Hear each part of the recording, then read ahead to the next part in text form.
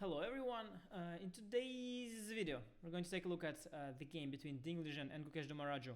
Score was tied. This is game 8 and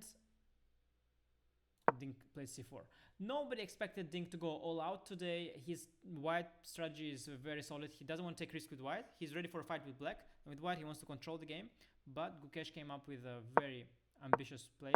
e5, bishop b4, a big system. Gukesh doesn't usually play it. I think he's mostly played knight f6. I've had this position against him myself with 4 knights. He played bishop b4 here, knight d5, bishop e7. Knight is a bit exposed here. Knight d6, g3. Ding also plays very ambitiously. There were safer options before, but now Gukesh plays the rare fresh c6, knight e7, and knight takes e7. And the idea is that after bishop g2 he goes for f6. This completely shocked me during my live commentary on my channel. This prepares d5, but the move f6 is so often bad in chess, but here it's actually good. Center is only reinforced and d5 is coming, and I was sure that this is entirely new, but actually this has been played before in a game after Castle by Grandmaster Nico Theodoro, a strong Grandmaster who beat Fabiano recently in a tournament. And Gukesh only improved on this move order slightly with f6, but still a very inventive idea, and Ding was on his own, it seems. He responded naturally. b3, bishop a3 was interesting, employing that bishop. And then very creative knight e1 f4 idea. I think Ding wasn't happy with the situation. Black has a lot of space in the center, so he tried to undermine the center with f4. Gukesh had a lot of options. He took and played dc. Very concrete approach, very risky too. I wouldn't have gone here so easily. I'd consider knight g6, developing the knight as well here or here. dc very risky, very concrete. Rook e4. I think Gukesh might have underestimated this move. Rook's very unusually placed in the center, but nobody can attack it. It's quite well placed here. Position was around balanced here. Black had many options. Queen c7, not sure it is the most logical. f5, f4 was very tempting, also bringing knight to the center, but what was played was played. d3, knight e5. The game was very murky and balanced for a while until a big moment happened. With rook b1, Ding wanted to prevent the move b5, which would really solve a lot of black's issues, deflect this pawn from the center, generate connected pass pawns, open up this bishop, gain control of the square. And to prevent that, Ding went rook b1, but in fact this is the move that actually allows it, because after d5 cb there's an intermezzo queen b6 check, which is what Ding must have surely underestimated. Now Gukesh had an advantage, connected passed pawns. Pawn is here weak, the bishop is uncoordinated, king on f1 is also all bad, all in red. Ding sacrificed the pawn to regain coordination. Here, big mistake by Gukesh. Not easy at all. You want to cover the queen from attack with the knight. You want always to bring the knight towards the center. So 9 out of 10 times this is the best move, but not here. Because the point is that after knight dc5, rook c1, there are many actually lines here, but the one reason to understand why this will be better is, for example, that after rook c8, queen c2, bishop e6, simply the rook is now protected and the knight on d7 is not in the way. The bishop has also more squares on this diagonal. In the game you will see that the bishop lacks the squares. After knight ac5, rook c1, bishop b3, there were different options. Bishop b3 not the best. Missing queen e1, because after queen d2 b4 black would be doing very well, but after queen e1 b4 there is queen f2 attacking this this knight. So unusual move there. Queen e1 that was missed. Knight d3 doesn't work because of queen c3, and after bishop e6, queen f2, rook c8, bishop e3. Suddenly there are threats, and now you see the reason why knight on d7 is badly placed. The rook and the bishop are disconnected, and after rook c7, knight d4, another problem.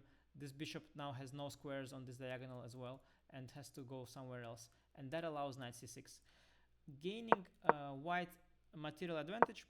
But actually, instead of knight d4, perhaps Ding had something better here. The move knight e1 was very nasty. Idea is d4 d5, and after rook takes c1 there is no longer a check here. So knight e1, a very strong concrete move. Almost impossible to spot such a move. You don't really expect it, but it actually is very strong, and this would probably give Ding possibly an advantage that is close to winning, and Gukesh would be really on the ropes here. But Ding played more natural sequence with knight d4, but actually after bishop f7, knight c6, although Gukesh lost an exchange, the situation is now clarified, practically speaking, in his favor. Although he lost some material, his king is now a lot safer.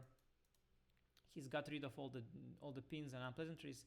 He's got still the passed pawns, and here I really liked black's position. I thought black was doing quite fine.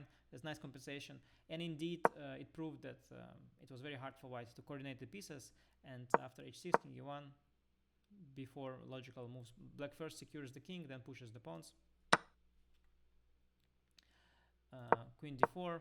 Ding tried to control as many central squares as possible. 95, king d2.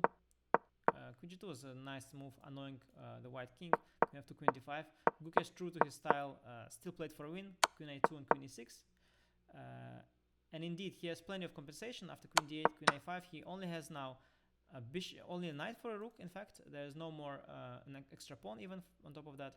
So only knight for a rook, but very strong pawn and a very weak king. The white pieces are a bit uncoordinated, and after rook c1, queen d5, queen b4, white was just in time to come back to defense, and after queen g2, queen e4, make a draw. I briefly thought maybe bishop g6 would be a winning attempt, but there are many ways for white, and I think the cleanest is just bishop d4, targeting the knight. If the knight leaves the center, then white's king is very, very safe, and after knight c6, just taking, gets rid of this pawn, and yeah, queen g2, you win the pawn, but it's just a draw basically. So very, very well played game, starting from this moment. Ding kept everything under control. Computer gave some advantage to white, but I think it was very hard to win. I mean, not even to win it was just very hard to play. A long way to go. The advantage, I think, is only in computer sense there. I don't think white is really better practically. The real chance that Ding missed was this incredible move 91, which was super hard to spot. Even the engine takes time to see it. Remarkable move. And for Gukesh, of course, the moment knight c5, and then a few moves after that. Also, there were some better options, although no longer anything easy and clear. But this knight dc5 would have made all the difference. He would have massive, massive winning chances here. Computer also says even like that is possible. Possible to play, and then there are other advantages of having the knight on a6, that it can suddenly hop to b4, for example. That also is an advantage. And yes, this also is there. So suddenly the knight on a6 is better than the knight on d7, which is not easy to see, because normally knight in the center is better placed than on the side. Complex game, but what a match, what a game. Even score. Tomorrow Gukesh is white again, and that means he's going to once again go all out, show his great prep. It's going to be fireworks. Stay tuned, and for now, get out of here.